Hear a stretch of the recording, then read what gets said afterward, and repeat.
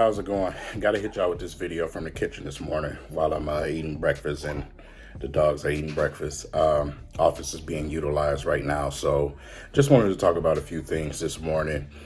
Just got done watching one of my favorite, YouTube sources and podcasts with the Locked On Pistons podcast with Ku Khalil. Watch him every day whenever he drops. And he has some very, very interesting points that I felt for a while now. And it's also with two players that I felt it with. So got my Lions gear on right now. Congratulations to Matthew Stafford for, winning his first playoff game. Also the division this year. Literally 1 year from departing the Detroit Lions to get these things done in the fashion that they got it done last night. But if you guys want a review on that, I have a video uploading for that also. So let's talk Pistons, man. First and foremost, other day, ugly game. Phoenix Suns. Nothing that I didn't expect. We got killed in the paint, massacred in the paint. The Phoenix Suns have everything that we need over here for the Pistons with JaVale McGee and of course with Aiden. And you see the difference with the pick and roll. Of course, Chris Paul has been a maestro of pick and roll since he entered this league, but it makes it so much easier for your guards. And Killian Hayes and Cade Cunningham need that sorely. So when the Bobo situation didn't go through, I was very, very angry. It didn't make sense to me. When you got Malone saying that, that the Denver Nuggets believe that Bobo is healthy, but then the Pistons, void the deal because of his health.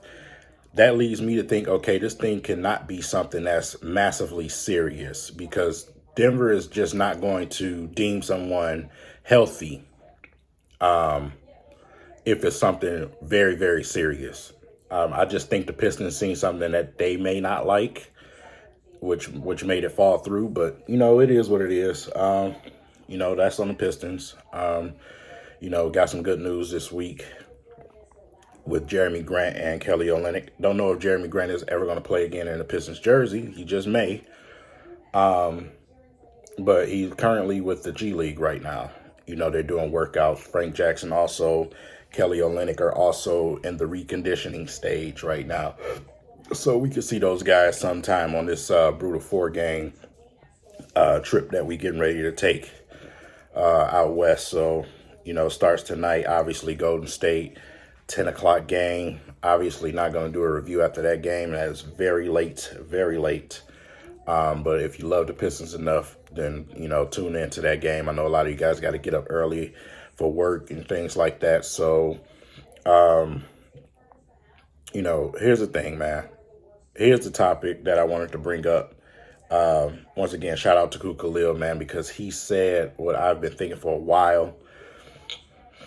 Isaiah Stewart should not be starting at this current point. And the reason why I had no issues with him starting last year is because we've seen him stretch the floor last year, or at least attempt to. With him not attempting to, I would say it's best to bring him off the bench. I don't know if they took that, away from him. I just don't see a player just regressing like that unless the coaching staff has something to do with it. Also, just from the beginning, from a basketball standpoint, I just felt like him and Killian Hayes from the beginning were rushed into starting positions, knowing that they were drafted to be eventually good players.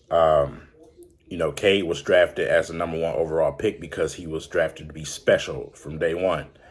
Those two players were not drafted for that. They were drafted to develop in 2 to 3 years into something and blossom. That's what they were drafted for, or as. So the Pistons, to me, are doing a huge disservice with having Isaiah Stewart out there, and he's not, doing any type of shooting at all. At least a 15-footer wouldn't hurt. And he's being set up by guys, and he shies away from it.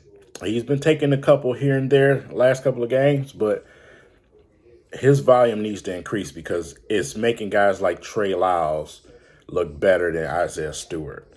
You know what I'm saying? Trey Lyles, we joke with Trey Lyles a lot. We talk about him a lot, the born Piston and such. But Trey Lyles consistently does one thing, and that's try to do something on the offensive end. He tries on the offensive end. So, we've been seeing a little bit more aggressiveness with certain players, but Isaiah Stewart is just not one of them. He's actually going the other direction, and I can't figure out why. I don't know if they mess with his jump shot too, because Ku Khalil brought up something, and it looks like he's shooting different. It looks it's like a little hitch going on, and when he missed the shot, he misses very badly. You know what I'm saying? So, if you're gonna start Isaiah Stewart, you got to at least give him some type of attempts. You know what I'm saying? You got to encourage him to shoot something. You've been noticing over the last couple of games with Killian Hayes, even though he went out in the second half last game because he got banged up, the guy drove his knee right into his hip. So they took him to the back and looked at him. Like I say, you got to be careful with that situation. Remember, had the injury with the labrum and things like that. So even in that first half, Killian Hayes, you can see the difference in the aggressiveness. Over the last two games, we've seen a dunk from Killian Hayes, and two with authority. I would like to see Isaiah Stewart get an opportunity on offense if he's going to start. I really would. But say, for instance, the Pistons decided from the beginning to start Killian and Isaiah Stewart on the bench, I think we'll be in a much better place today with those players and their confidence. Because, like I said, when you're on the bench, you have a little bit more leeway to make mistakes out there. Isaiah Stewart has a uphill battle, number one, because he's alone out there, being undersized and, not explosively athletic. So it puts him in a tough position when he's facing JaVale McGee or a Ayton out there. Those types of styles of centers, true centers, big guys.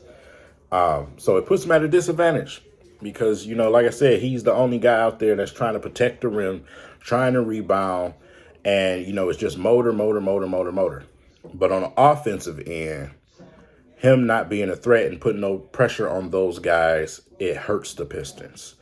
Ku Khalil, you guys definitely got to go check out the video. I'm not going to get all into the numbers like he did, but I want you to go to his channel and check it out and subscribe while you're there.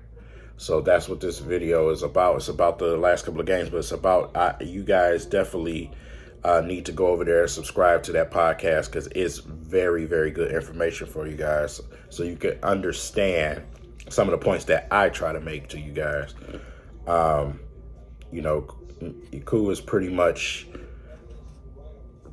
right on the same page as I am. You know what I'm saying? He's seeing some of the same things that I am. And, the Pistons are just not putting guys in great opportunities, man. They're not putting them in the best opportunities, not great opportunities, best opportunities for them to be successful. And I've been saying that for a while.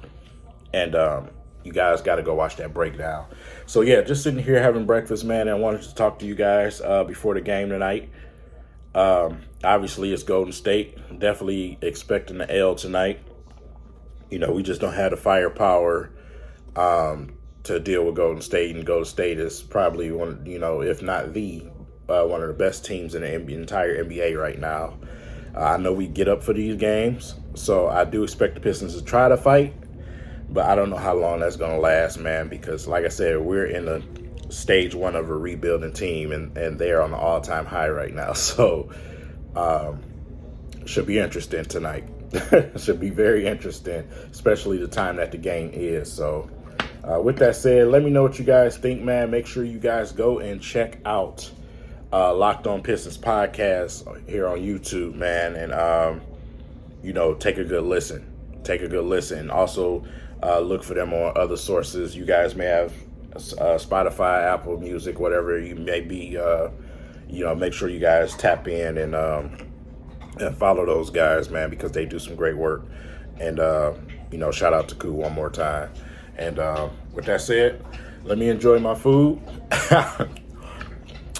Get some business. Peace.